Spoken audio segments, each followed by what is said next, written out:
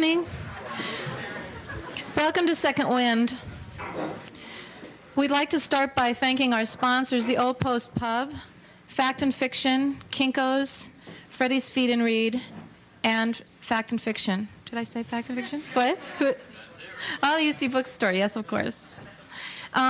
Tonight's readers are Laura Stearns, and this is her thesis reading. And we can all clap.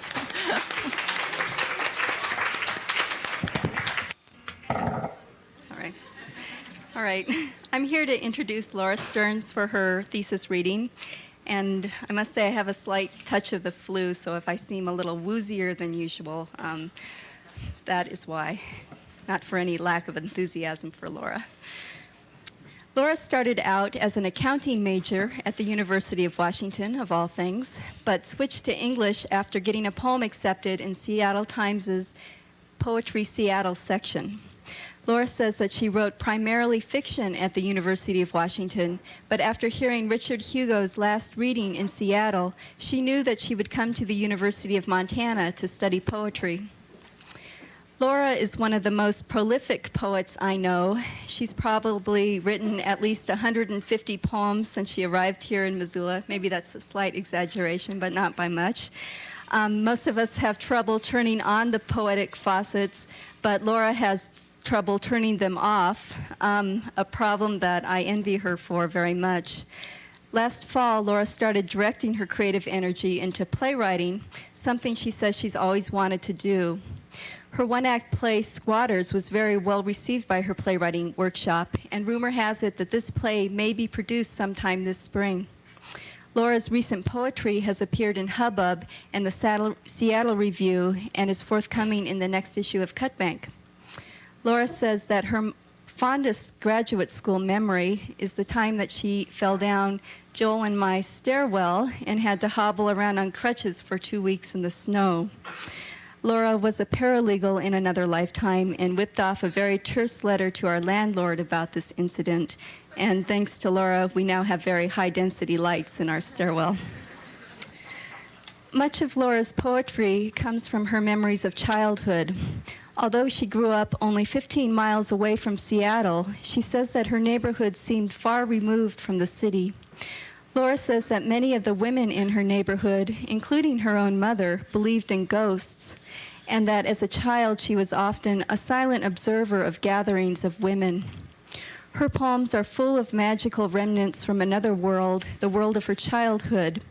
Will-o'-wisps, lullabies, stillborns and drownings, train trestles, wind vanes, skeleton keys, cat-eye marbles, maps rolled onto spools, carved soap, mustard packs, novenas, tar paper shacks, and brooder lights are some of the many things that inhabit her poetry. In her manuscript, Lost to the World for Several Days, Laura enters the lost world of her childhood and makes it real for us. But more than that, she makes the people who live in this world come alive for us as well. She remembers the tombstone carver who lived around the corner, the widow Cooper who follows the white light of will-o'-wisps after her husband's death, the Harper boy who, quote, flooring his 63 Chevy for the gravel climb up Finney Hill, doesn't see Laura's friend alone on the sidewalk in front of the elementary school, and Mr. Larson, the patrol monitor who tells Laura that her friend is dead. Laura says that one of the main reasons she started writing was to pay tribute to these people. She knew their stories would be forgotten as their land was sold to developers. These are lucky people, and so are we. So please welcome Laura Stearns.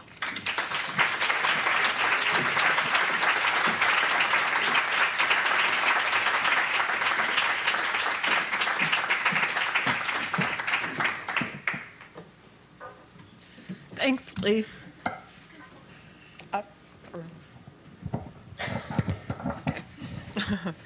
I've got these heels on. I feel like a tall woman's complex.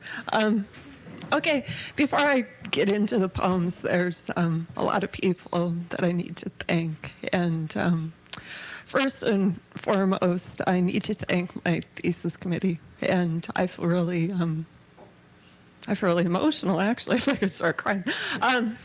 I won't do that. Most of all, I'd like to thank Craig Pape for your insistence on clarity and your tough love approach to my thesis. I was a little worried there for a while. And Patricia for the countless hours that you spent working with me on my poems and helping me on the book's order. And I really don't think I could have done it without you. That's really means a lot. And Raleigh Meinholtz in the playwriting department for uttering those magic words that every playwriting student, or MFA student rather, wants to hear. I don't see any problem with your thesis. That was great. That was wonderful. And to all my friends in the workshop, and to my family, and everyone. Everyone. You're great. Okay.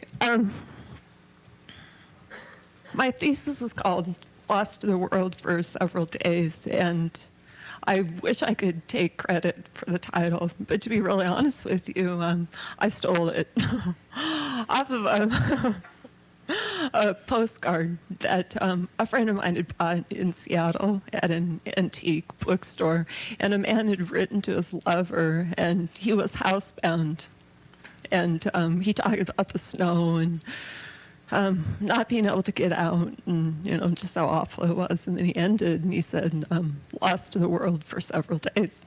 So I thought that was great, and thought I'd steal it. I'll start with that poem.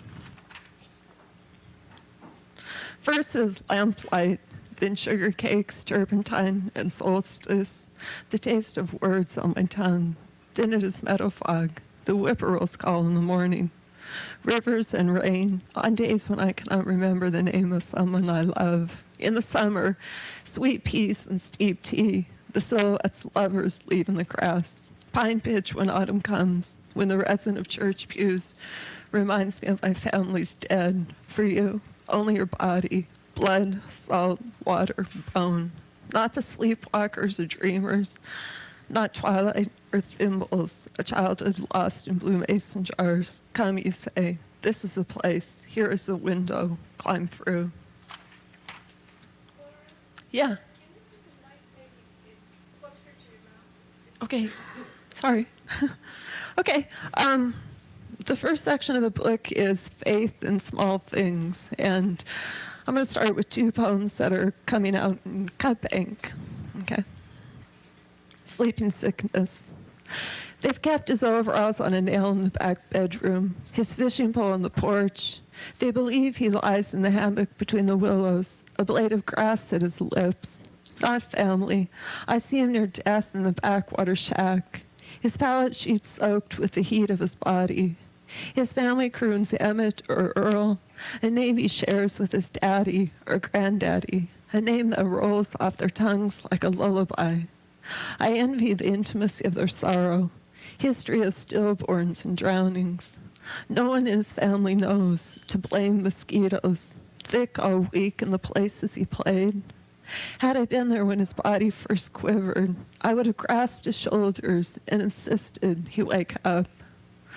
Like a dowser who finds water, I expect someday to move paperweights without touching them, make a radio snap on.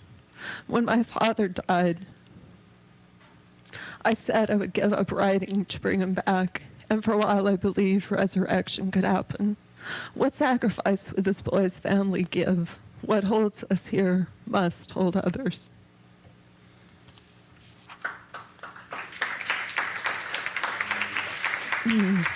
Thanks.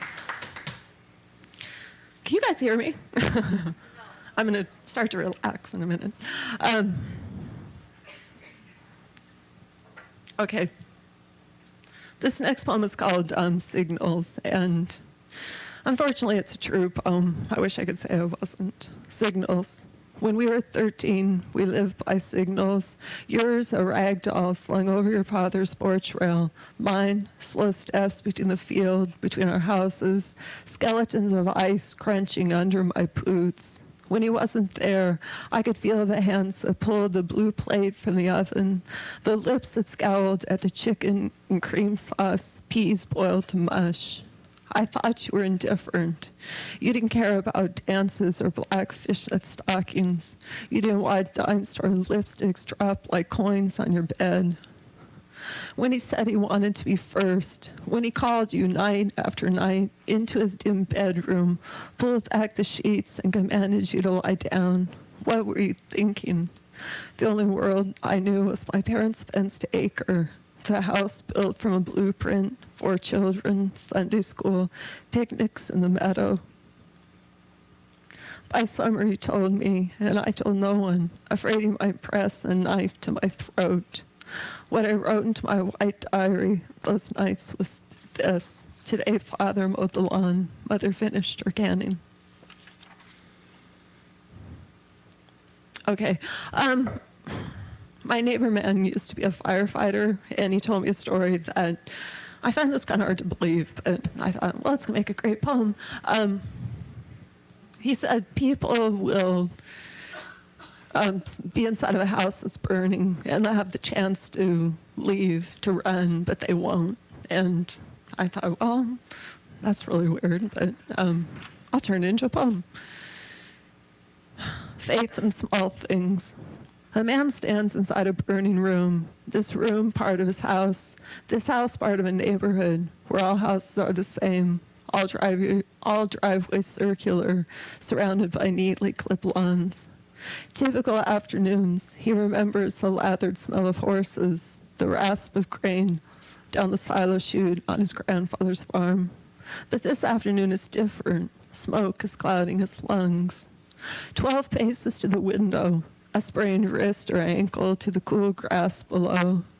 And though parts of his life are missing, the salmon sunsets he meant to witness in Africa, the baked puzzle pieces he hoped to sketch into a book he cannot jump, bring back the wife who left him, her black silk slippers mocking his in the closet all these years. As a child, he was told the body is comprised of components: a husk, his grandmother said, and spirit, the essence of what the chalky-breathed woman and all his dead relatives, even his wife, have become. He divides himself, one part spirit, one part husk. The man he really is, already dead on the floor.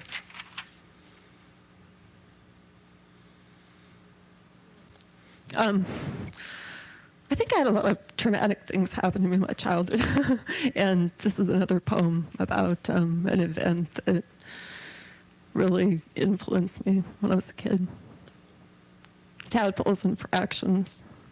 Not a hairpin curve or ice-glazed berm, not hail on the windshield or lightning in the mirror, but a pencil-stray road in September, and you all alone on the sidewalk in front of the elementary school, thinking about tadpoles and fractions.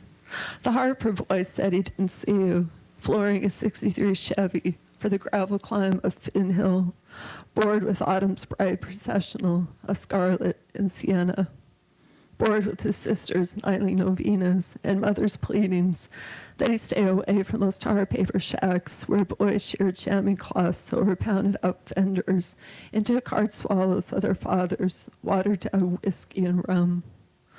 Only the bulldog on his hood and St. Christopher on the dash witnessed his falling. Mr. Larson, the patrol monitor, told me you were dead.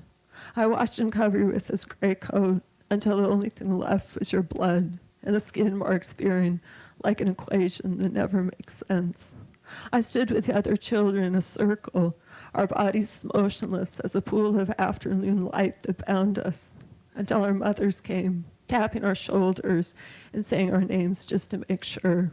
My mother said my name twice, and we held hands tight as we walked down the road, past the turnoff to your house, past the stream where we all knelt at some time or other to catch tadpoles darting through quicksilver water, and a person knew to swerve fast with their hand or risk having to stand up and swear in front of everyone you didn't see anything at all.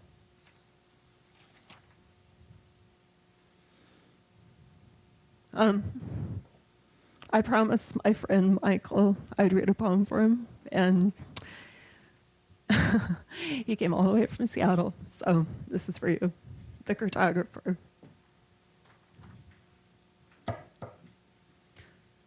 While other boys collected cat-eye marbles and baseball cards in shoe boxes, you wandered old bookstores for maps rolled into spools, dusty as cracked book spines. Leaning against the glass counter, you smiled at the sullen-faced clerk, counting each nickel into the till. Your favorite maps had no interstates or secondary roads. Instead, the brushstroke of emerald, turquoise, and gold. Schooner trails crisscrossing oceans, legends of Persia, the Aleutian Islands, the Dead Sea. Place names you recited as you tied each map with twine to your bike fender for the slow ride home. You thumbtacked them on your bedroom wall, the nightlight burning. On the bedstand, a picture of your father, dead 3 years. And you wondered at this world's meticulous details, your mother downstairs moving through rose-colored light, her thin hands folding linens into dark drawers smelling of parsley and carved soap. This, you vowed, was your purest vocation, to gaze for unblinking hours into jagged mountains, inlets no bigger than your fingernail tracing parchment, the paintbrush's path as it shaded in the bordered space of the smallest, most remarkable things.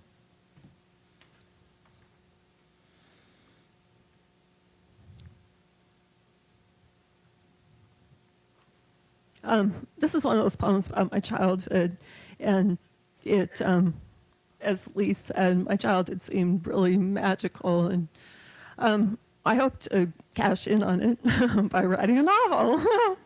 That's next. Okay, Barn Swallows.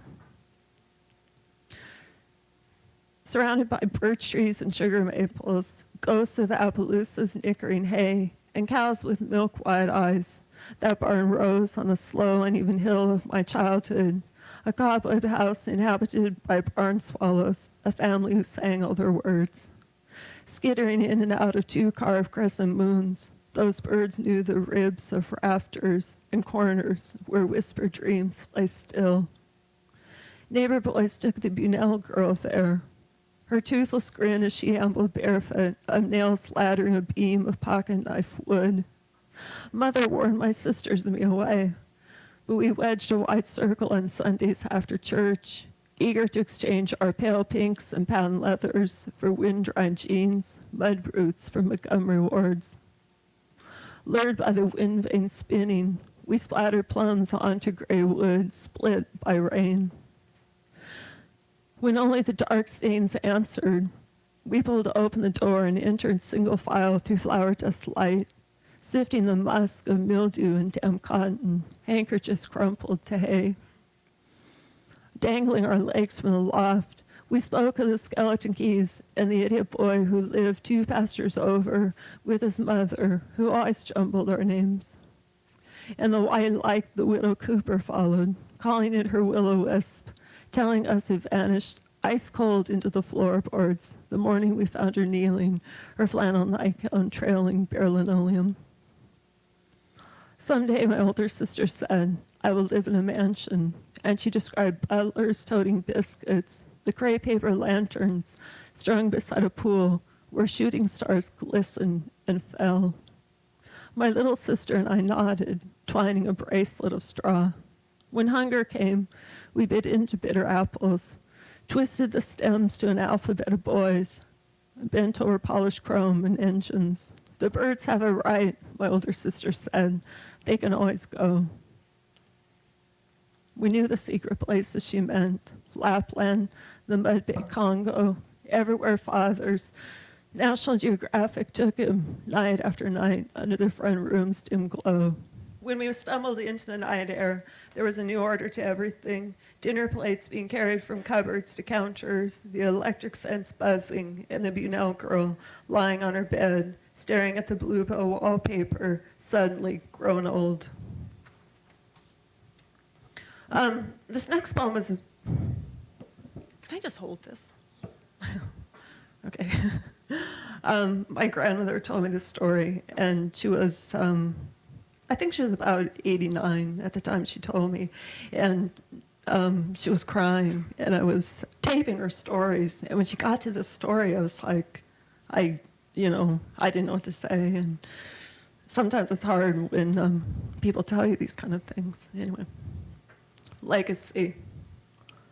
My grandmother's uncle wanted her the way he had wanted all of her sisters, their bodies pinned to the kitchen's pine table, the tablecloth puckered into fists, a bowl of unshelled peas or sliced beets shattered each time to the floor. With her, he tried in the barn, a corner beside the corn crib where she bent counting eggs. I have to have it, he said, saying he had taken each of her sisters. My grandmother lifted a hatchet like a lantern or torch, told him if he stepped closer, she would drive the blade through a skull. An uncle, she kept telling me, crying when she remembered the years it took to tell her father, how she and her sisters never discussed it at all. Why couldn't they speak when one of them came to the others at the clothesline or chicken coop when their eyes looked down or away? Now my grandmother and her sisters are dead, and I do not know who to wake or how to speak with my mouth of wood.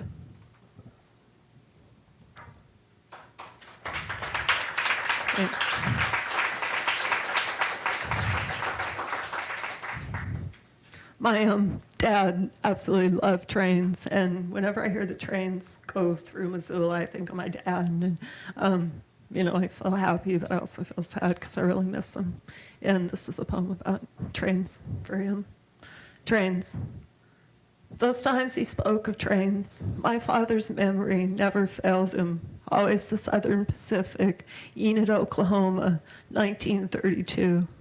Afternoons he placed pennies on the track, while the 407 rolled east out of Tulsa, plumes of black smoke against all of that red dirt. That was the year his father's brain tumored, and my father's face and name were lost, with cousins and uncles, the doctors who had bandages on his father's skull.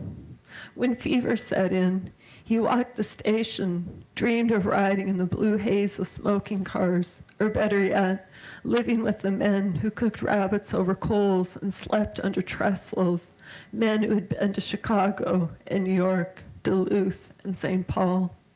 My father said he would have paid money to be like them, to carry all he owned in a tablecloth pulled from a clothesline, his pocket knife and stopwatch, the Purple Heart his father won in the war.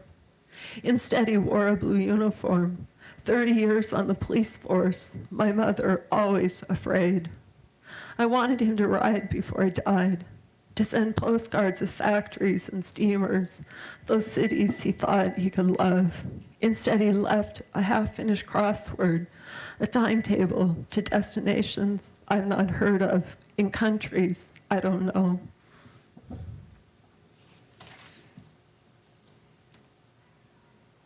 Okay. This is another poem about my dad. I've always had trouble reading my poems, right, in front of groups, so you can imagine how I feel right now. Terrified. But when I brought this poem to workshop, it was 6 weeks after my dad died, and I thought, well, I must be crazy to be writing about my dad's death, and then even crazier to be willing to read it in front of a group of people who are, going to criticize it, and you're reading, and you can hear people scraping, furiously commenting on your work, and I thought, I'm not so good at that. But this is called Light Years Away. My father gathers stones in his garden. Nightfall pulls over my father's land like a drawn shade. There is no way he can know, pushing his wheelbarrow into the tin shed, that this night will happen, that 4 hours after supper, the moon will appear like a sickle in the window, and he will lie face down on the dining room floor and die. My mother, swirling a dish rag over sealed jars, cannot know, nor can her children, folding clothes in their houses. She will phone each of them and say, I thought he was sleeping. If my father had known, he would have gathered gifts and left them in conspicuous places. A bushel of Indian corn on the porch steps, in his pockets, pill bottles of seeds from the red poppies that bloomed decades ago along the front fence. Or he would have brought us the night Lightning stormed our windows, and he could cook over us in his woodshop, told stories we had not heard before or since. But he cannot know, and I cannot know, when I lie down and can't sleep, that this is the night marking all of my darkness in his sudden, beautiful end.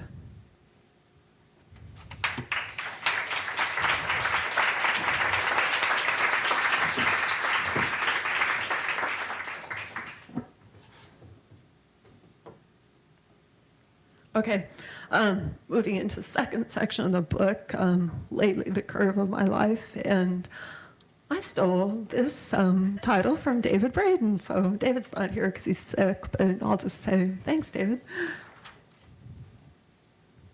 Okay, the first poem is Those Years. Those years, it wasn't earthquakes or tornadoes, but my father's job that scared me. Phone calls that broke the night silence, that pounded like a nightstick against the windows of our house. It was a blue uniform mother pressed on Sundays, while Cronkite said Watts in Kent State. It was the creak of black shoes and gun belt as he walked past my bedroom, knowing in the city he would be called Pig, Narc, and the Fuzz. The father who returned would be someone else's, would say how much he loved my father, promised 21 guns at dusk. Mother worried too and told me, say insurance, never policeman, even among friends. But I did because there was that part of me that thought hero and wanted them to know his life was in danger, might end on the local news, mother cradling a photo or flag. I'd learned to say honor and duty, ignore the lips that snickered when I cried. But the demonstration stopped, and the phone stayed quiet all night. 30 years in, my father retired, said he wasn't sorry, but would never go back. I wanted to say I was happy. I wanted to tell him I lay awake those nights and worried he'd die. But I didn't, because I saw him cry with one of his cronies and knew, for the first time, he had a life apart from us that was ending.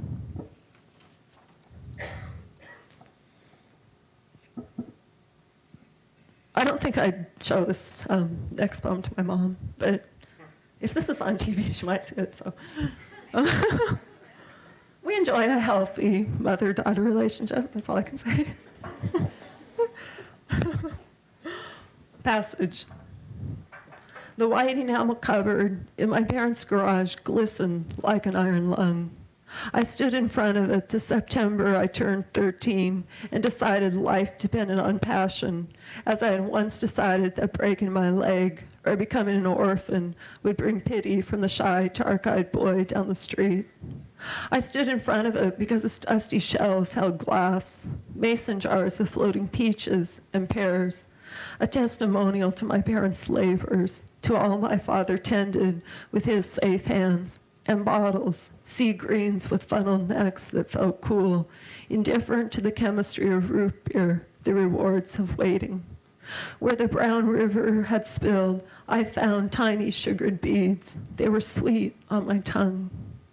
In the kitchen, my mother waited, worried her iron over starched dresses my legs and arms had outgrown. Not this week, she'd say. I'll open a bottle next week, I promise.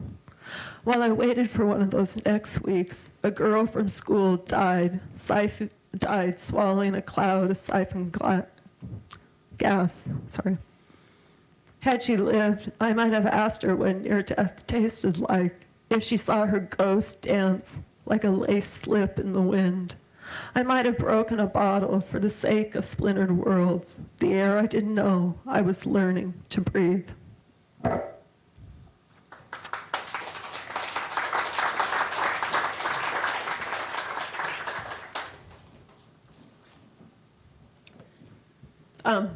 This is another true event in our childhood. My sister's laughing. Intruder. Like sleeping ghosts, our nightgowns lay on the blankets turned down for our late return. While Mom blotted her lipstick to tissue, Dad turned the living room lamp on low. My sisters and I helped, drawing the curtains halfway. At our grandparents' house, we played Yahtzee, watched blue-collar workers swinging their lunchboxes like lanterns through the night. Riding home between my sleeping sisters, I always felt safe. But once, we arrived to our front door wide open. Dad called out while Mom and my sisters and I waited in the car. Whoever it was, Dad said, left boot prints bigger than his own in the flower bed dirt, but fled without as much as a spoon. I cried as we walked under the moon spotlight. It was as though each room in our house had been damaged by fire or flood. Not even my nightgown or body, nothing belonged to me anymore.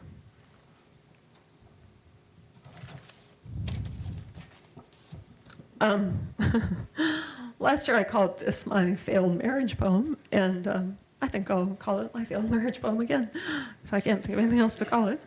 Okay.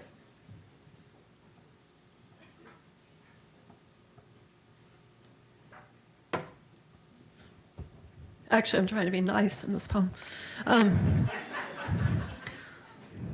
Kansas wheat country.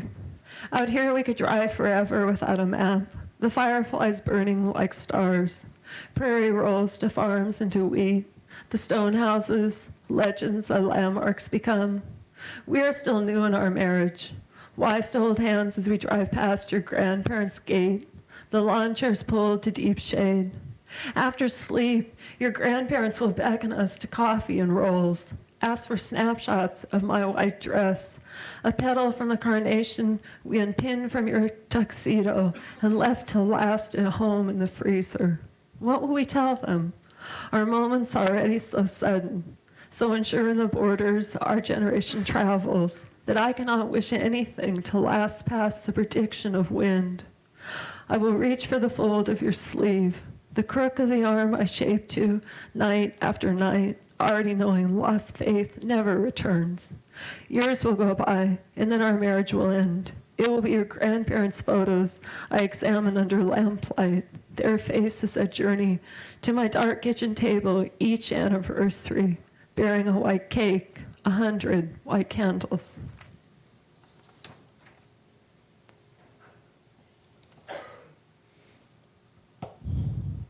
This is just a weird poem. I don't know what it means. Okay. The spinster considers the fall harvest moon. Tonight's moon has the ripeness of a yellow egg plum, the perfect circle of an embroidery hoop. I stand before the bay window, wanting to always know this bright glow, this gathering in my garden, bluebells, cockleburs, Queen Anne's lace.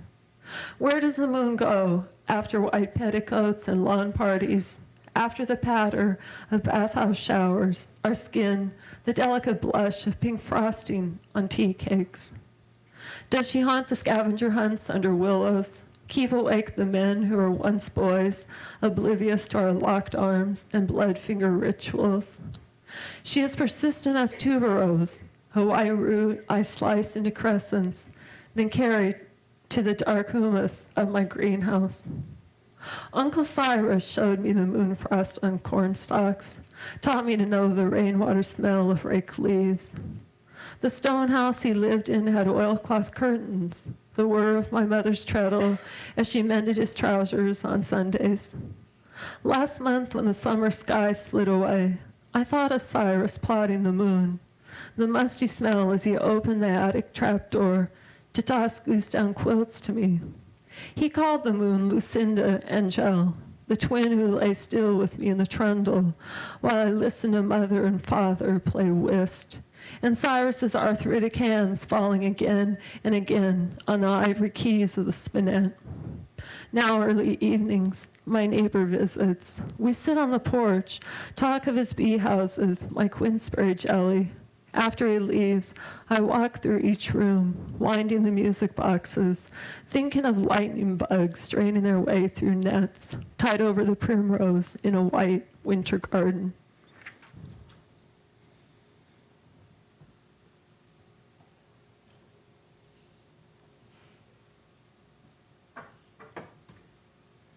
I had this aunt, Juanita Lee Stearns, and she died when she was about 6, so of course I never met her. But I've mythologized her, and I think she's like God or a goddess or something.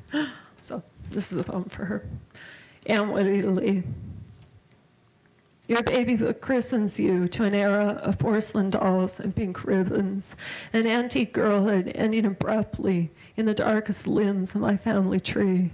It was pneumonia that took you, rising like well water in your tiny lungs when you were 6. But I'm selfish and won't let you lie there nap time still in your eyelet frock while crickets sing and fireflies glow, caught inside cheesecloth nets pulled across a dusky back lawn. Once, my mother confessed crying over your bottle-thick eyeglasses and the velvety funeral corsage she found buried in the bottom of grandmother's trunk. Now grandmother's gone, and those tokens are the only clues we have to you and the spellbound years she spent beside windows, listening to your schoolmates Naomi and Madeline push their wicker buggies through shade. You are safe with me, and your life still matters. The small voice calling me through twilight to cover my eyes and try and find you from a long way.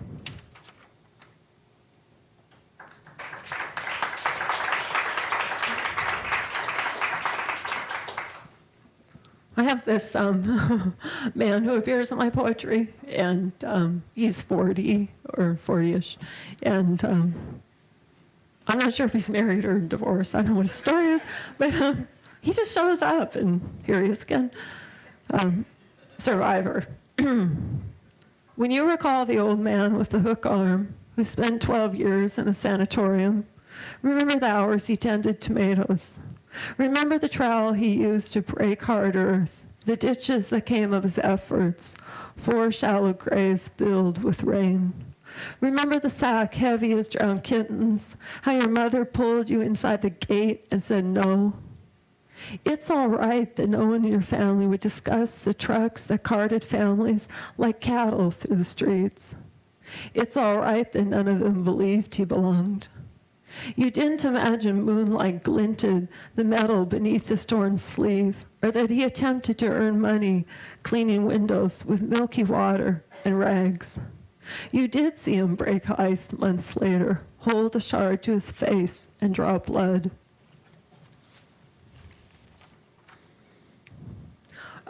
This is about as funny as my poetry gets, and I don't think this poem's very funny, but last year, I think I read this last year and people laughed, so I thought, well, I better have a couple of funny poems, and I hope this one is.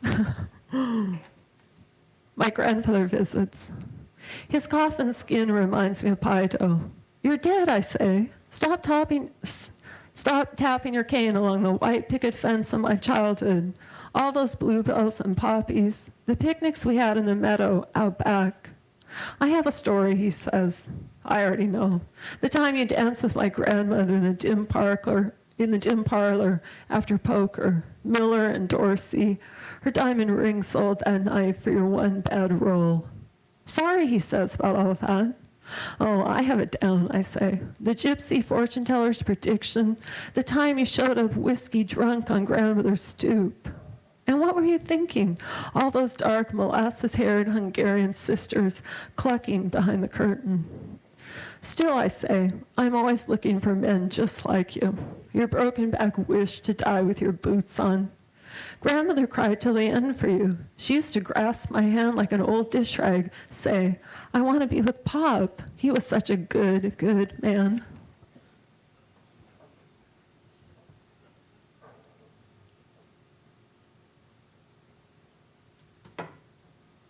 My grandmother, maternal grandmother, spent a little bit of time in Montana, and she used to say, oh, it's so cold there.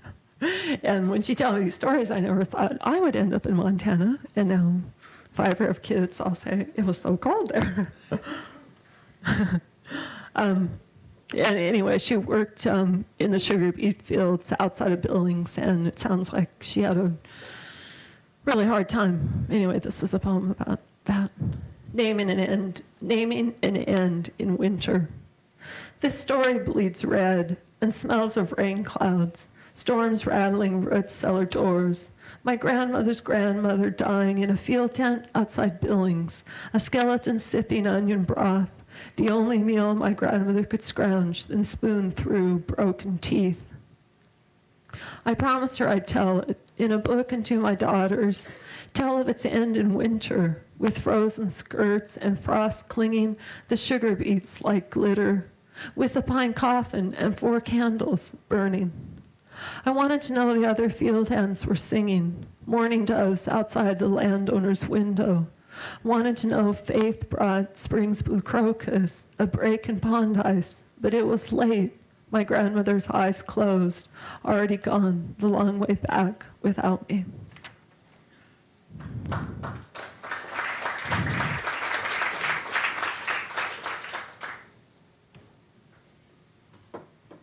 This is the only poem that survived from my undergraduate days, and this feels really old, but I'm going to read it anyway. Porch lights. At dusk in unmapped towns, they are all we hope for. Painting white across cracked porches where rusted milk cans gather moss and rain-split doors lock tight against wind. Farmhouse porch lights blaze like beacons over rain-damp fields of wheat and stone. We bear their burning like a sadness set out to sun, a curled spoon left in the paint-chipped drawer of our first house to say, we loved here once. For years they whisper welcome in aster beds gone to seed, lawns waist-high in weeds. Only long driveways stop us, dark as night skies, clouded path, the road we can't follow or blame. Okay,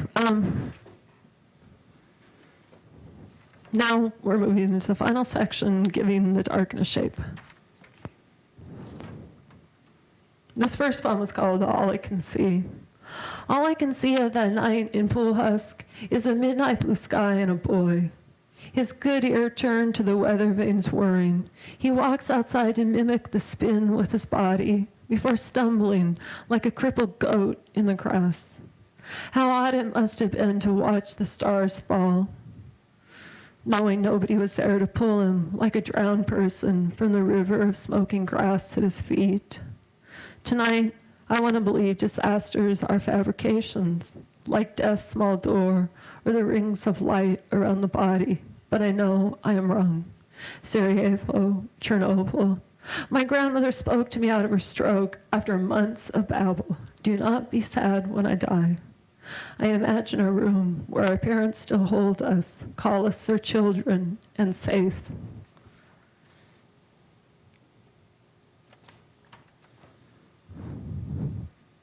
This is the poem from the title, Giving the Darkness Shape. Towards nightfall, the cancer comes for grandfather's blood, his bones, his face. Each hour, the nurses turn his bed-sored body toward the sleep of white lilies, carnation wreaths from grandmother's church. Grandfather's curled too tight for a wheelchair, a ride down the hall. He does not recognize my sister or me, standing beside his bed like small angels. Rise, we want to say. Chatter to us in mock Chinese. Tell us your headhunter stories, how you swam back to the ship's belly in a rain of spears. Our parents do not speak. This vigil kept so long by the bedside, in the dark lobby, all night next to the phone. If he knew it was cancer, grandmother says, he would jump out the window. Your Uncle Clem, Aunt Noreen, and Pearl, all dead. We drive back to our grandparents' house, to grandfather's razor propped in the glass, his ribbed undershirts draped on the drying rack in the tub. Pop won't die, grandmother says, stirring and stirring, a deep crock of apricots on the stove. My sister and I do not have any words, only the crude crosses for distempered kittens, a banty who wandered the road. Our parents sit on the sofa and watch the late news. I carry the deck of cards to them. Someone shuffles and the whole house stills.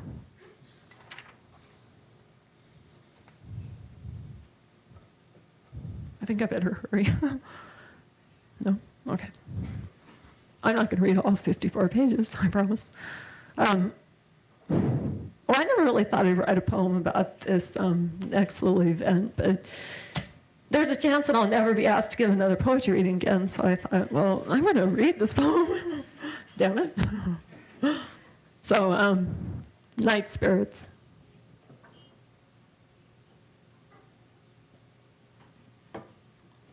Okay. Call the seers what you will, but I too witnessed one of those small lights said to hover marshy swamps and fields. It happened in my childhood bedroom, where I lay in the dark after scolding, all I owned or wanted, imagine stuffed into a pillowcase and pushed past the hoarfrost rings that slept all winter on the window. At first, I thought a light left over from the bedside lamp, or worse, my eyes blinded finally by the furnace flame my mother warned me from. But when I turned the light on, it disappeared, and all that breathed was my open book, like a giant moth beside the heater. When I turned the light off again, it reappeared and began to bounce as if teasing, a bobber on a fishing line above my head. I felt no fear, and I've never thought to ask or tell, but I've wondered since what it meant. Perhaps near death I'll know why there are mysteries textbooks can't explain away, secret families that mean to love us even though they've disappeared.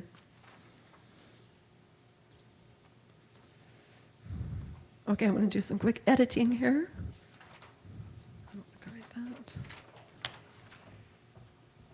Okay, as Lee mentioned, our neighbor man was a tombstone carver. And he was a great guy. I used to set up my lemonade stand in front of his house, and he would pay me $20 for like a cup of lemonade. He was great. I was rich when I was a kid. The tombstone carver's house. If the dead's names or dates were there, I don't remember. Only the slabs stacked like bricks behind Mr. Henry's shed. Grays and blacks, dotted with flecks that looked like sugar clumps and felt as rough. After supper, my sisters and I took dares to run his pasture, to press our palms to the stones and count to 10. Don't be afraid, I chant, my white breath, a winding cloth for dolls. If lights flicked on, we knew we'd lost. I lost once, his wife, thin with cancer at the window, her face a cold cream mask, the kind our mothers scooped from jars. We held each other's gaze, mine dark with shame, and hers a look I'd never seen before, hate or fear or maybe sorrow. So I looked away to find the shedded snakeskins I knew were near, and my fingers went numb as wet flesh will when touched to ice. Still no locks unclicked or screen door swung, and Mr. Henry didn't appear, a hand of cards or bottle raised. I'd heard of the sun he switched, imagine the bell looping air, and I think I almost wanted that, or at least a shaking, not his wife too sick to care, and the lights clicked off, and me alone to witness when near death does, its bearers turn to ghosts, past worry over tip feeders and toppled cans. And I never heard a word about it, not from them or my parents, not my sisters who stood beyond and called me home, voices from somewhere in the dark.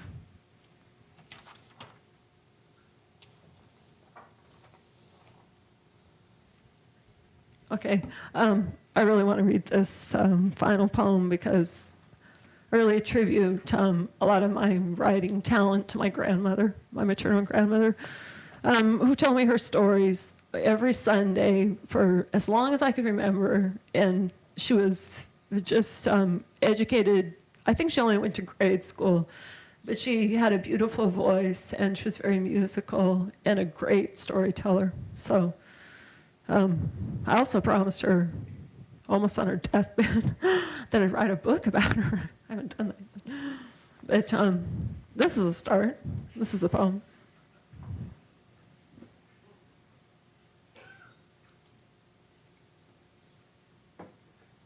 I'm not going to do this in her Austrian accent, 'cause I don't think I could.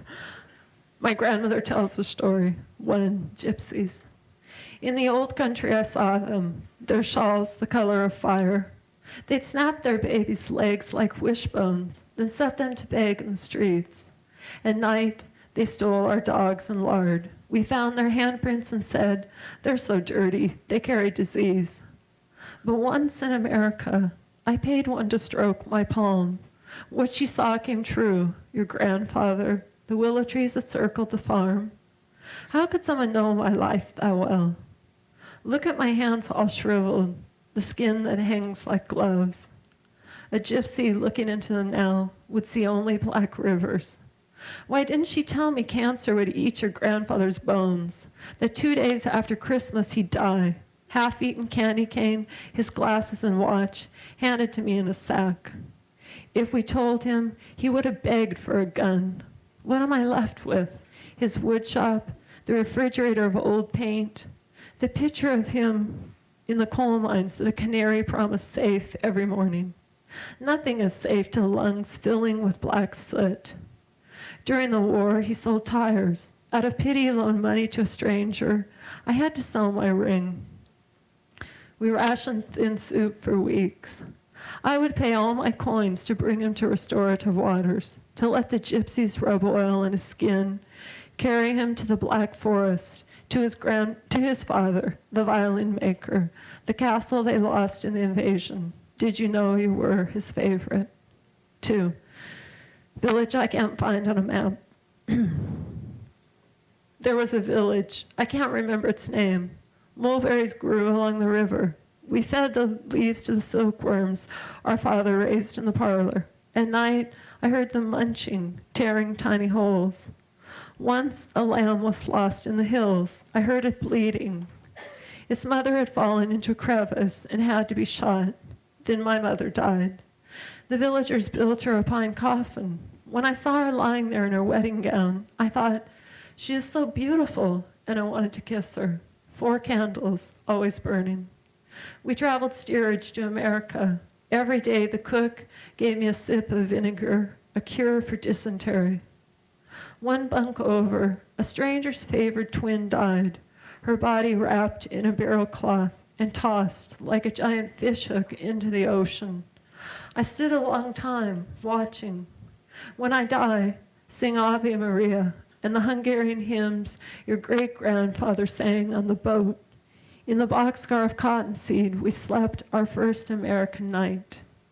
But don't bring flowers. Flowers are for the living. I've lived in so many places, Texas, Nebraska, Wisconsin, even Alberta, the muskeg frozen past spring, a wagon fallen into the Athabasca, a mile from our homestead, the ice frozen over like a suture. When my uncle was dying, he said, "He's coming to get me. He's coming to get me." It was Satan. All those years he had his way with my sisters. Take these stories and know how fear has kept a fever in my throat. When I cry now, it's for that lamb, my sisters, and rain.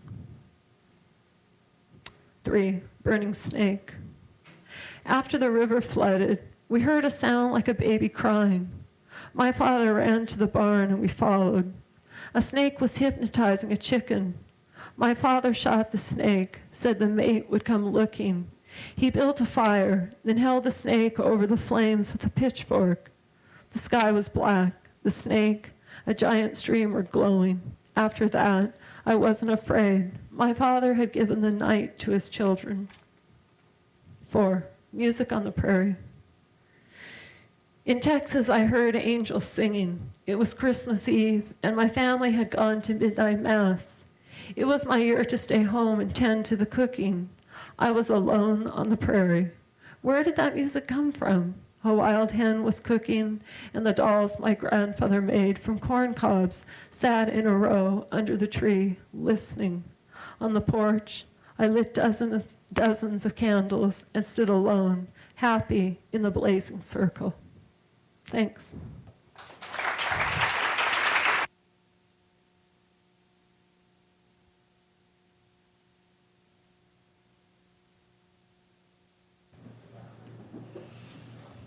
Our next reader tonight is Kate Gadbo. Kate grew up in Cutbank, Montana, on a ranch north of Browning. She was the second of 5 children. She went to the University of Washington from Cutbank, which she said was quite a shock. During her time at the University of Washington, she studied in France for a year, and then she began studying at the University of Montana, where she received a degree in French. She decided that she really wanted to be a writer, and she went back to school and graduated with a master's degree in fine arts from the University of Montana in 1986. Since then, she has been the director of the writing lab at the University of Montana. In 1983, she taught English and math to Hmong students at Hillgate High School, and her present work comes out of that experience. Please welcome Kate Gadbolt.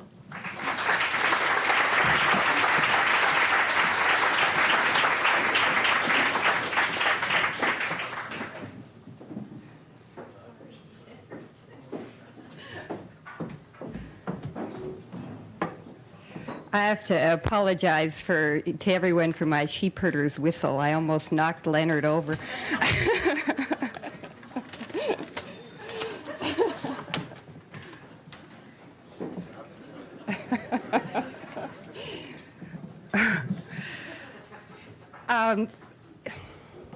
First of all, I want to thank Laura for sharing her thesis reading with me.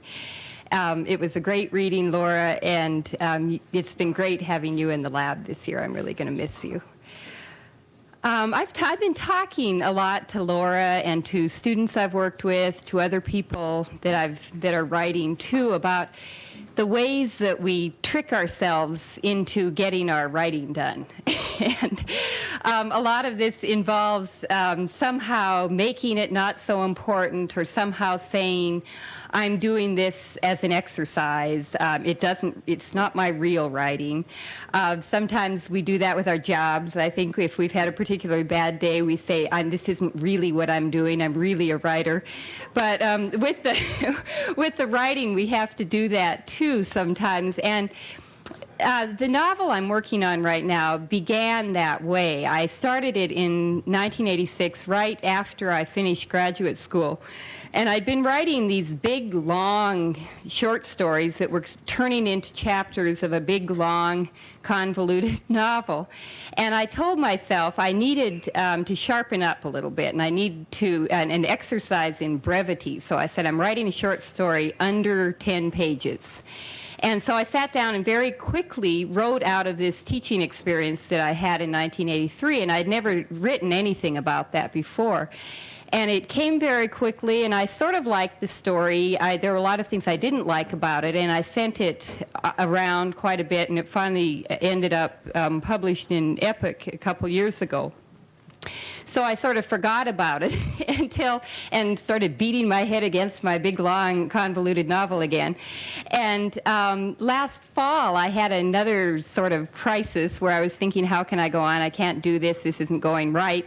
So I went back to the voice in that story, and I started thinking about the things I didn't like about the story, and partly I felt it was, in a way, verged too much on being sociological. It was about a situation instead of about a character. So I decided that I was just going to do another chapter and start developing that character and working in that voice, which is something I'd never written in before. It was a present tense voice and a character very... Well, I'm sure every character is like yourself, but her external life is very unlike mine. And so I started doing that, and about 10 chapters came very quickly, and I'm still telling myself this is a distraction, so I can keep going. But so this is a distraction. This is just, we're doing this for fun, and I'm going to read you 2 chapters out of this tonight.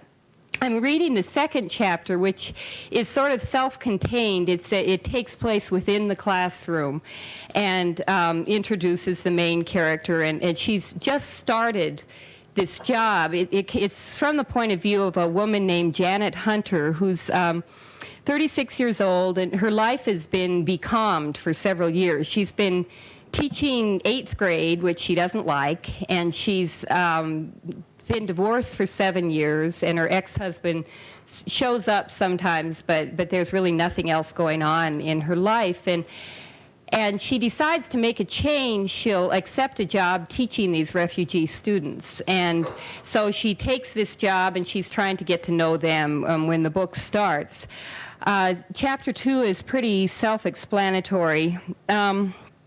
Chapter 9 is the other one I'm going to read, and it's sort of where things start happening in her personal life, too, when she takes on this job. And it's sort of where her personal life and her life at school intersect for the first time, is in Chapter 9. There are some people mentioned that I'm not sure you have to know about, but I'll tell you who they are. Judy is mentioned. She's another teacher who shows up a lot in the book. She's kind of a wild woman. She's very different from this narrator in her own life. She'll try anything. She's got lots going all the time. Tom is her ex-husband, and the last time she saw him, he was sort of going off the deep end, or at least she thought he was. This narrator, I'm not sure, is totally reliable. She's feeling herself getting peculiar. And so that's her take on Tom, anyway. Taylor plays a major part in this chapter I'm going to read, and he's a lawyer she met in a bar when Judy dragged her out to a Bonnie Raitt concert. And she's sort of interested in him. The story does take place in 1983, and not for any particular reason, except that that's the year I did teach Hmong and Vietnamese students, and also because since the Americans left Laos in 1975, many of my students had memories of life before or during the war. They had memories of life before the camps, and that wouldn't be the case with high school students today. So that's the main reason for it. Okay. Oh, also, I'm going to credit, there's a Q-tip costume mentioned in here that I'm crediting to my sister Dee, whether she wants to or not, because she did win a prize with it. I didn't. Okay. All right. This is chapter 2. Each morning, Jua Vang arranges her desk. It takes a while, and I know she's not listening to me until it's right. Tablet on her left, pencils together, points aligned, books in a pile of graduating size, topped off by the small, red Lao English dictionary. Then she looks up. Let the day begin.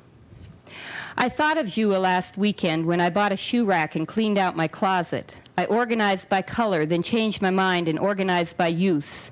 The scuffed loafers I wear most in the front, the high heels I never wear but think I might in the back. The things we do for a feeling of control. Jua infuriates me, though I'm not sure why, since I share her impulse for order. Maybe I want to shake both of us out of it, create a connection or force an emotion into her bland gaze. After she arranges her desk, she arranges herself.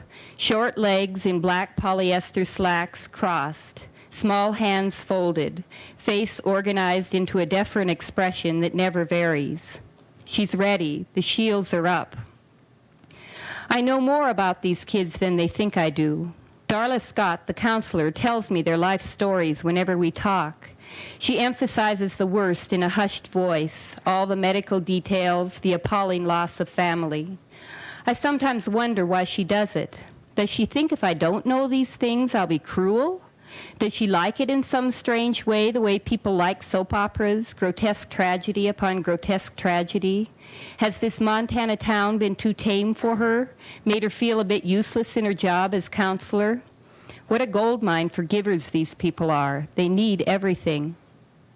From Darla, I formed a mental picture of Jua before I ever met her.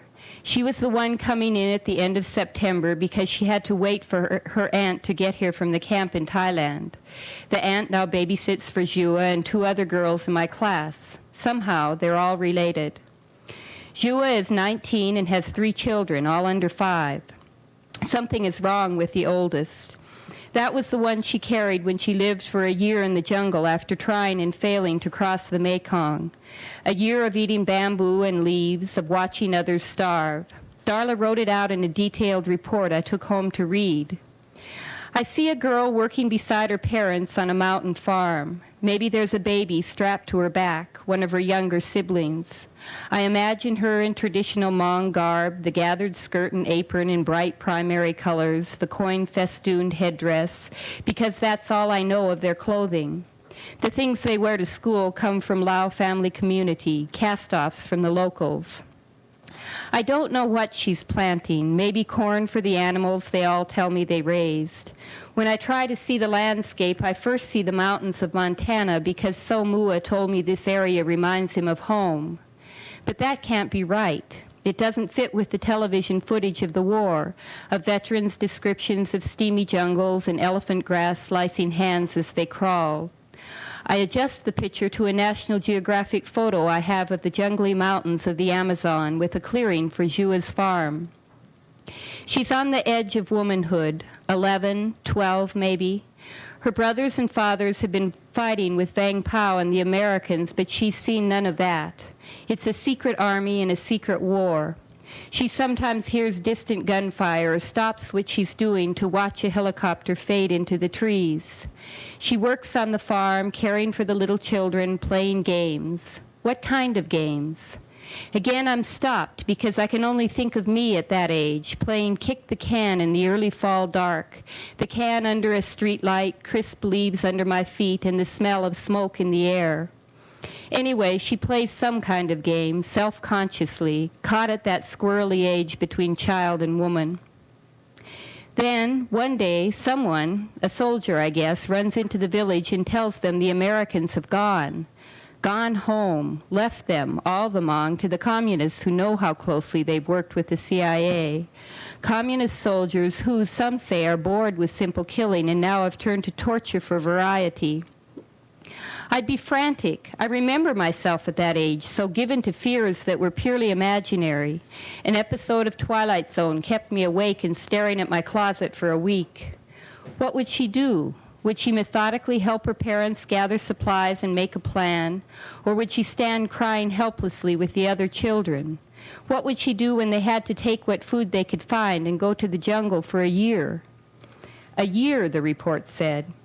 And after a failed attempt to cross the river, when her father and grandmother were shot by communist soldiers, whose sole duty was to wait for river crossers, they went back to the jungle for another year to eat bamboo and leaves. Another year. Can these possibly be years she's talking about? Or is it a metaphor for a less precise expanse of time that seemed forever to a child? It was so long, in any case, that Jua matured enough to sleep with a boy from another village, to carry his child through the successful crossing of the river, successful except that the father of her child drowned because they were trying to fit 12 people on a makeshift bamboo raft to cross a river a mile wide, except that the child born a day later came way too early and somehow survived and now has multiple problems. In the camp in Thailand, Jua married an older man who'd lost an arm and his wife in Laos. She had 2 more children, another boy, a girl. I conjured up a picture of a fragile Asian beauty, excuse me, a kind of Madame Butterfly scanning the water for her love, or the delicate Okinawan in the tea house of the August moon. Such is my world experience. I saw her lying on the jungle floor, clasped in the arms of a smooth-faced boy who might look like Vin or Pa, the handsomest boys in my class. The couple would stop, turn their heads together, both picking up what could be stealthy footfalls through the ferns, or might be only a monkey or a snake disturbed by their lovemaking.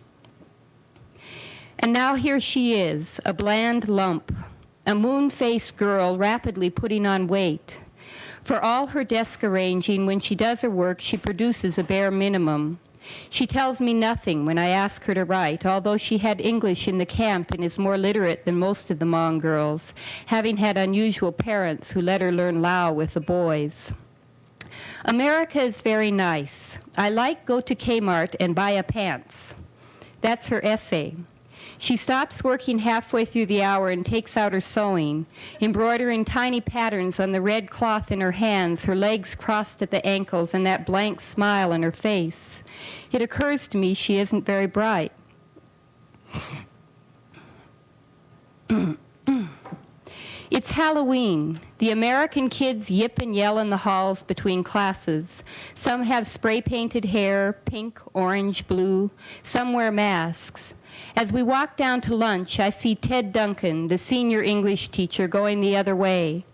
He frowns down at his lesson plans over a parrot nose held to his face by an elastic band. Crepe paper pumpkins line the walls of the cafeteria, and a cardboard skeleton swings from the fluorescent light fixture. Craziness is in the air. Christy Brunel, the honors student who helps me with reading groups, has stars painted on her cheeks when she comes in 5th period. The girls laugh at her behind their hands. I tell the class we're going to have a little party, and I pass out orange jack-o'-lantern cookies from Albertsons. Some of the boys wolf theirs right down. The girls take polite nips of their cookies and exchange glances. Vin puts his in the center of his desk and idly draws circles around it with his finger. I try to explain a little of the tradition and origin of Halloween, but I bog down quickly. I tell them I think it might have pagan English origins, Druid maybe, but I really don't know how we came about to have such an outlandish holiday. I fall back on my Catholic school training and say it's the eve of All Saints, which is followed by All Souls Day. This is the week we honor the souls, the spirits of the dead. I'm not sure how that got connected to Halloween, to costumes, but maybe in the past people were afraid of the spirits, so they dressed in frightening masks to scare them away.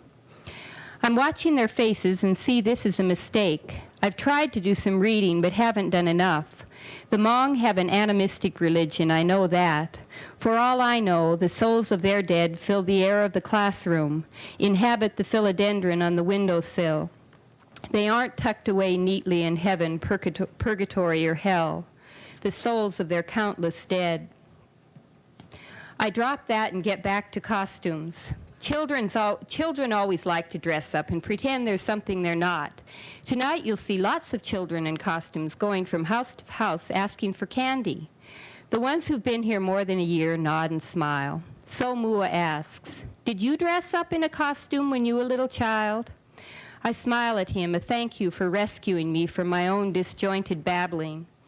I certainly did. The first costume I remember having was a pumpkin suit. Several brows furrow and I stop. You know pumpkin, like a squash? Mua holds her hands around an invisible basketball and translates the word to Hmong. Several girls giggle. Ba points to the untouched cookie on her desk and I nod. That's right, I say, a pumpkin. I was a huge vegetable. My mother sewed a big orange circle with holes for my arms and legs, and we stuffed it full of cloth and newspaper until I was big and funny and fat. I'm clowning for them now, waddling across the room, my hands held around my monstrous pumpkin belly. They're laughing out loud, and even Vin is smiling. I wore a green hat and stockings. I tapped the chalkboard.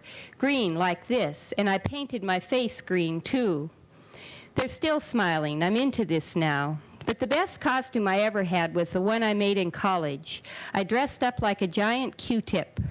Blank looks. Several girls whisper to me, but she shrugs her shoulders. It's a cotton swab. You use it to clean babies' ears or put medicine on wounds. More blank looks, except for me, who frowns when I say wounds. I draw a Q-tip on the board. Several students smile uncertainly. Others whisper to me, who shrugs again. Christy Brunel looks away, embarrassed for me, I think. Anyway, I say, I put on a big white stocking cap, stuffed it with paper, and big fuzzy slippers. I don't bother to stop and explain slippers, and wore blue tights and a leotard. I won a prize. Suddenly, I'm blushing violently and don't really know why. Several students shift restlessly in their seats.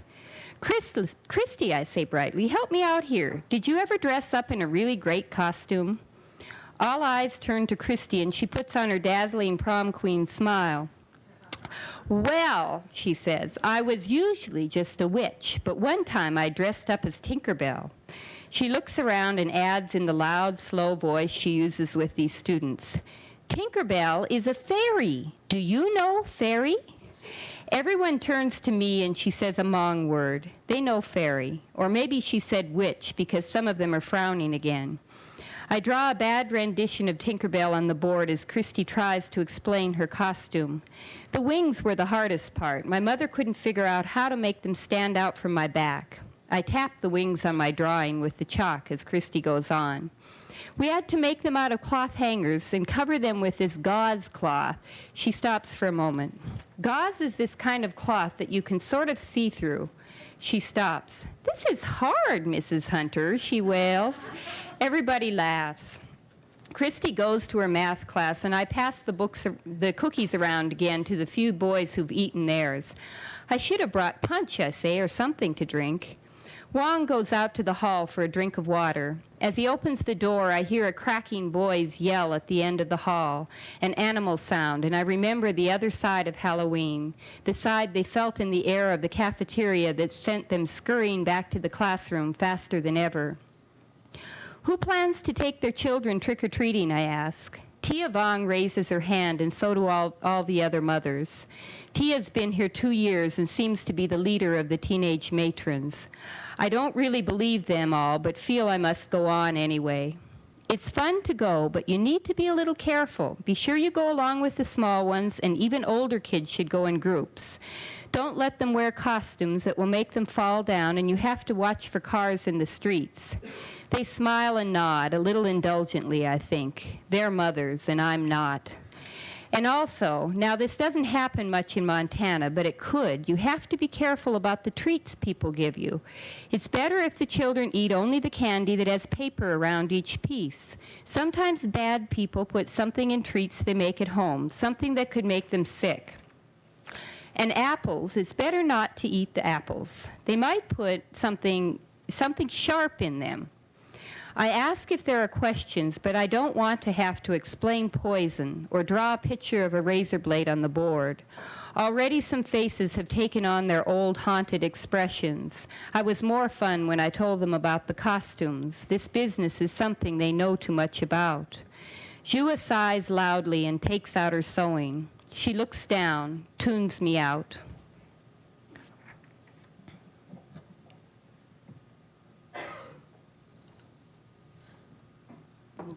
This is chapter 9.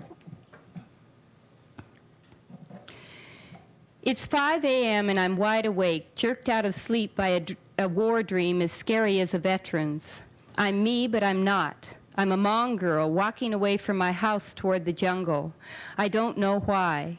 I look toward the trees and think I see something, somebody, a shape that looks for a moment like a man with a rifle, then blends, fades like a ghost into the tree next to it. I'm straining to see in that dream fashion, the way you strain to run and your legs won't move. The harder I strain, the fuzzier everything becomes, melting together until I'm blind but certain an awful presence is moving in. Then I hear it breathing. I guess I can blame Judy for this one. I've tried to stay away from the war movies, but the deer hunter was back in town and she coaxed me into going last night. She said Streep was wonderful and Christopher Walken was cute. Now my head pounds with the whop, whop, whop of copter blades, and Christopher Walken's hooded eyes haunt me. During the Russian roulette scenes, they reminded me of Tom's. I lie awake for an hour until my alarm rings and think of another deer hunter. Pa Lo has been arrested for poaching. I have to talk to the game warden today. Darla called me last night after I got home from the movie, and she said she had the flu or she would go. She thought somebody should be there besides Pa and the interpreter from Lao family, some American who knew Pa and could maybe talk the warden out of filing a formal charge. He walked down into the river bottom yesterday, 4 days after hunting season officially closed, and shot a large doe with this here .30 caliber carbine. The warden nods his head at what looks like a military assault rifle leaning against the wall. He was carrying a quarter of the deer on his back, walking right down the road, real proud of himself, when I drove by and stopped him. The warden stops and tips his chair back. He glanced at Pa when he said real proud of himself, but otherwise he's talking only to me. So it's not just one violation we're talking here. We've got 3 at least. He ticks them off on his fingers. Hunting out of season, rifle hunting in the river bottom, which is bow hunting only, even during the regular season. Shooting a doe, which is illegal in any case after the first week of the season, except in special permit areas. He sits forward again and nods his head at the rifle. Plus, sport hunting with that mother should be illegal, but I guess it's not, though I do wonder how they get them. They and he is how he's referred to Pa ever since we came into the room. I asked him at first to address his comments to Pa, whose comprehension is good. The warden did for a short while, but gradually, as Pa refused to look at him, he began talking to me. And I'm not sure Pa is taking any of this in anyway. He stares at the floor, barely nodding now and then at whatever Vu Vang, the interpreter, mumbles in his ear. I have this awful fear he's going to cry. Pa doesn't begin his essays with "in our culture" as so many of the others do. In fact, I never feel his writings are for me in any way. I think he'd write in Hmong rather than English if he knew how. He writes only about Laos, and usually specific personal things in no apparent order. The writings seem to be journal entries, ungrammatical but beautifully detailed, tactile, a straining to remember every small moment of a life that is lost to him forever. The last was about hunting. I go to the jungle with B and Tu for hunt barking deer. He didn't explain who B and Tu are or what a barking deer is. I couldn't tell if it's a species or simply the noise all deer make. The spirit showing in the trees what way he go. That was confusing again, since Pa often mixes word order in a sentence. I didn't know if he believed there were spirits in the trees or if the deer's movement in the trees was what the spirits were showing him. I think I wrote, "Please make this clearer," in the margin. "So what are you going to do?" I asked the game warden. He drums his fingers on the desk, shaking his head. He's a large, robust man, probably in his early 50s, with sandy hair and a ruddy, windburned complexion. He reminds me of my uncle in Ellensburg, who is also a game warden, a simple, good-hearted man who taught me hunter's safety during the brief period I decided to become my sonless father's hunting buddy. Well, there's no way we can just ignore this. As I say, we're talking about 3 violations. Each of them carries a fine or jail time if you can't pay the money. Pa raises his head at the word jail and shoots me a panicked glance. "Are you saying he could go to jail for this? My God, he's only been here 9 months. He's having a hard enough time just trying to get the language down, let alone learn all the rules and regulations." The warden holds up a hand to stop me. I take a deep breath and realize I'm almost as close to tears as Pa seems to be. "I didn't say that," the warden says. "What I said is that I can't ignore it, for a lot of reasons. What will happen is it will go to justice court. You may well get a JP who will take all those things into account. I suspect the most that will happen is he'll get a fine, and suspension of his hunting privileges, of course. We can't have these guys running around the river bottom with military rifles. Isn't safe. Would it help if we got a lawyer?" The warden shrugs. "Maybe. Those fellas can charge you more than a fine might turn out to be, though. Unless they're related to you, then they charge you twice as much." He laughs heartily at his own joke and glances at his watch. I put on my coat. "Do you have any questions before we go, Pa?" He looks at me, dazed, and Vu Vang whispers something in his ear. Pa says nothing. Vu shrugs at me and shakes his head. Vu stands and extends his hand to the game warden, thanking him. He picks up his coat and paws, guiding Pa out the door. The warden walks us to the door and puts a hand on my shoulder, detaining me as Vu and Pa walk out. He leans down and speaks to me confidentially, his breath smelling of coffee and chewing tobacco. "You know, miss, I wouldn't be too taken in by this innocent act. These guys usually know more about what's going on than they let on. I just got back from a conference in California where they were talking about this very thing. They're having a real problem with the Asians down there." He shakes his head, seemingly oblivious to my icy stare. "They use everything, nets, set lines, snares. One guy even snared a deer, then conked it on the head with a 2x4. He has the gall to wink at me, and most of them are real good at not getting caught. It's before noon when I get back to school, so I don't relieve my substitute. Instead, I go to the teacher's lounge and look up the number for Rusty Sellers' firm. I realize I don't even know Taylor's last name, or maybe his first name. I don't even know which it is. I could talk to Rusty, but I guess I wanted an excuse to call Taylor back. It's only been 6 days since he called me, but maybe my turning him down was all it took to make him think I'm not interested. Is Taylor there? I ask the secretary. She doesn't respond at first, then asks coolly, "Do you mean Mr. Burns?" "Yes, I guess I do if Taylor Burns is his name." She takes my name and puts me on hold for what seems a long time. "Are you ready for that drink?" Taylor drawls, startling me because he hasn't even said hello. "Well, yes," I say, "at least very soon. Actually, what I'm calling about is a legal matter. I guess I'm looking for some professional advice." I detect disappointment when he answers me, a shifting of gears. The drawl even seems to disappear. "How can I help you?"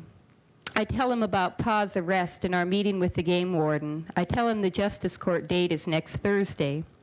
"I was thinking maybe we could just meet and talk about this. I'm not sure there's anything you can do that would make a difference."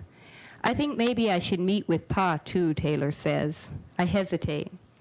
"Well, the problem is he's on welfare. I'm not sure he can even pay you, although maybe Lau family could." "I guess we'll worry about that later," Taylor says. It's Friday, so we set up a meeting in his office for Monday after school. I find myself wondering what I should wear. Pa came back to school with me, but when the afternoon starts, he's not in class. "Pa been sick," Ning says, coming to my desk to tell me.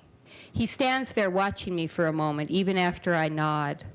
I don't write Pa's name down on the absence list. He's missed quite a bit of school already, and this school has a 9-day limit for absences. I consider talking to the students about Pa's predicament because I know all of them, at least the Hmong, are thinking about it. Throughout the afternoon, I feel them watching me, probably wondering about the limits to my power, if and how I can really help any of them beyond teaching them to read. I decide not to discuss it, mostly because I don't know that either. I notice right away Taylor says Pa's name correctly, with a soft awe instead of calling him Pao, as most of the teachers at school do. Vu Vang has come with us to Taylor's office, but after all of us sit at a conference table in one corner, Taylor talks directly to Pa. He speaks slowly at first, about very general things, testing the limits of Pa's comprehension. "How old are you, Pa?" he asks, holding up a hand to stop Vu from translating this, waiting and watching Pa until the boy is forced to raise his head and answer him. 17, Pa mumbles. I'm not sure that's right, although Pa probably thinks it is. He looks older than the others, and I know from Darla's profile he actually fought in the war. He's probably 19 or 20, but Hmong births weren't recorded in Laos, so age is something else camp and immigration officials arbitrarily assign. "Will juvenile status help with a hunting violation?" I ask. I'm showing off, trying to sound like I know a lot about the law, and I blush a little when Taylor smiles at me. He knows I am. "Maybe," he says, "keep it off his record anyway." He turns back to Pa and begins asking him some things about Laos, where he lived, when he left. Pa's replies are minimal, but at least he's talking. When Taylor steers the conversation around to hunting, though, Pa turns to Vu and says something in Hmong. "It okay," Vu replies in English, speaking to Pa but looking at Taylor. "You can talk to Mr. Burns. He's your lawyer." Taylor doesn't ask Pa anything about what happened at the river. That surprises me at first until I see he has the game warden's report in front of him. He knows their side anyway.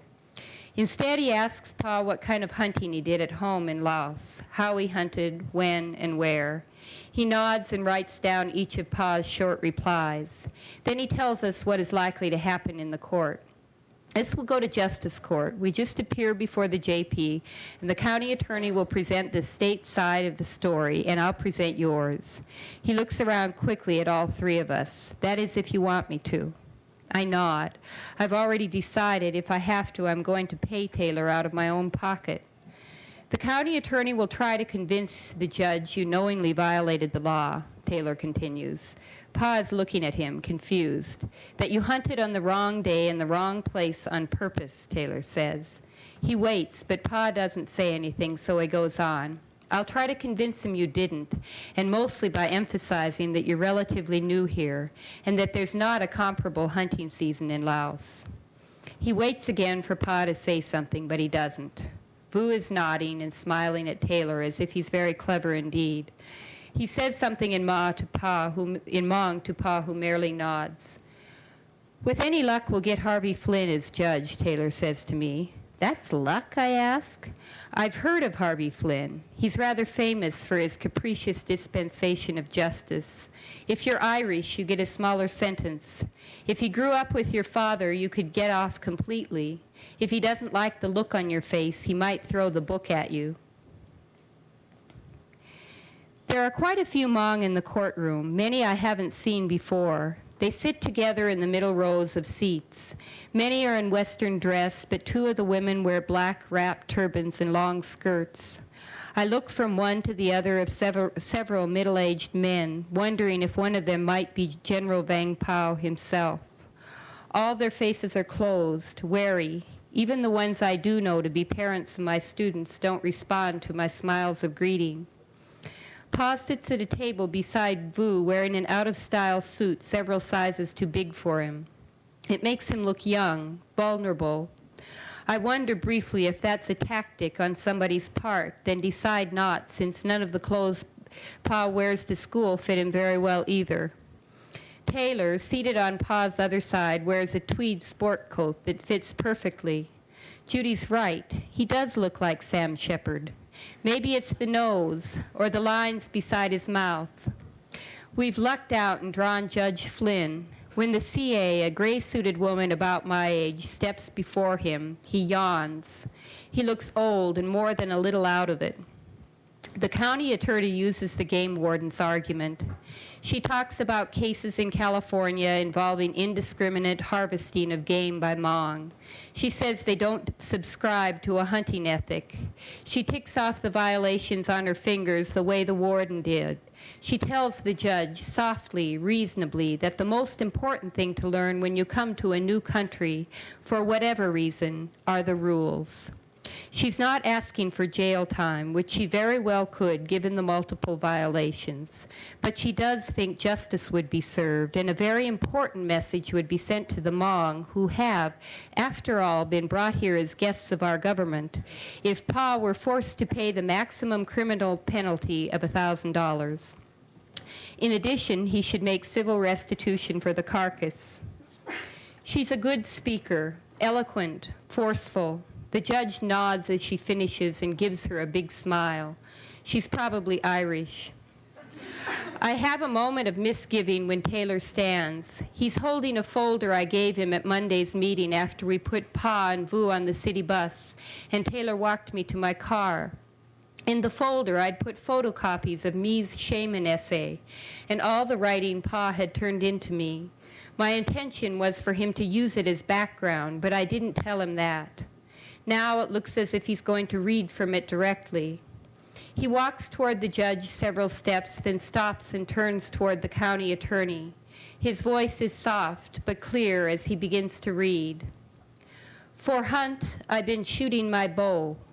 My father making the bow for me just. He show me all thing about hunting. He good hunter.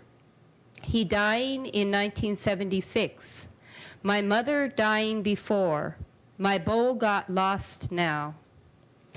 I've been watching the back of Pa's head as Taylor reads. When he gets to the part about the father and mother dying, Pa turns and looks at me. It's a quick glance and not outraged by any means. But there's something in the look, some kind of veiled accusation or embarrassment that makes me flush and causes my attempted smile of reassurance to come off forced. Pa turns back around and I have a sinking feeling, even though the passage obviously had the impact Taylor intended. Heads shake in the small audience and the judge's rheumy eyes are fixed sadly on Pa. Still, I'm wishing Taylor had at least corrected the grammar. I'm sure Pa heard how childlike and simple that sounded. Or maybe it's the parading of his grief he objects to. Vu Vang whispers to Pa what looks like some kind of encouragement, but the rest of the Hmong in the audience sits stony-faced. Taylor reads another short selection, the one about the spirits in the trees, then a short selection from Mi's shaman essay, the part that says the self is divided into 5 souls: reindeer soul, protruding shadow, chicken soul, growing bamboo soul, running bull. Then he turns to the judge.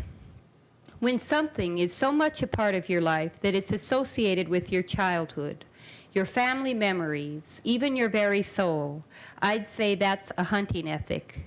The problem we're having here is that this hunting ethic Pa's brought with him is colliding with a system of rules and regulations we like to call a hunting ethic in this part of the world. He goes on to explain why Pa may have been confused. The season just ended, so he knew that right up until that time, other people had been hunting. The river bottom has more deer than any other area. In fact, residents along the river complain of the overabundance of deer, so it would make sense to Pa that he should hunt there. Probably the best indication he had no intention of breaking the law was his walking down the road with the deer, in full view of any passing cars. Taylor pauses for a moment and scans the room, lets his gaze linger on Pa before turning back to face the judge. Sometimes, he says, his voice husky, when you've been very hurt by life, as this young man has, it puts you in a place where the only thing you can do to survive is cling to some remnant of your earlier life, something that gave you pleasure in the past and still provides meaning and structure when they've disappeared from every other aspect of your existence. He turns to the county attorney and goes on. I submit that's what motivated Pa to go hunting that day, not any desire to break the law. That, and possibly the need to feed what is left of his family, 7 people who live under one roof. True, they are supported by the government. He nods at the county attorney, who is smiling at him in spite of herself, but only temporarily and not very well. It would be a terrible hardship, suffered by everyone in his family, if he had to pay the maximum penalty the prosecutor is asking for. Taylor stands quietly for a long moment, then shrugs and says, "That's all," to the judge before returning to his seat beside Pa. The old judge rubs the white stubble on his chin and looks thoughtful. Then he beckons to Pa. "Pow, stand up and come here," he barks. Vu pushes Pa to his feet and walks him up to stand before the judge. The judge speaks in a slow, loud voice. "Now listen, Pow," he says, "you are not allowed to go hunting again for 2 years. No hunting at all, you got that? Besides that, I want you to pay $50 to the state for the deer you shot. That'll do it." He calls for the next case. The county attorney starts to get to her feet to object, then sits back down. She shrugs and gives Taylor a little mock salute, her smile openly flirtatious now. People murmur and get up to leave. Several Hmong men approach Taylor and shake his hand. One carries what looks like a ledger book and begins talking to Taylor in a businesslike way. Vu is holding Pa's arm and chattering excitedly to him, but Pa just stands still, his expression unchanged, seemingly unaware of how lucky he is. That's it.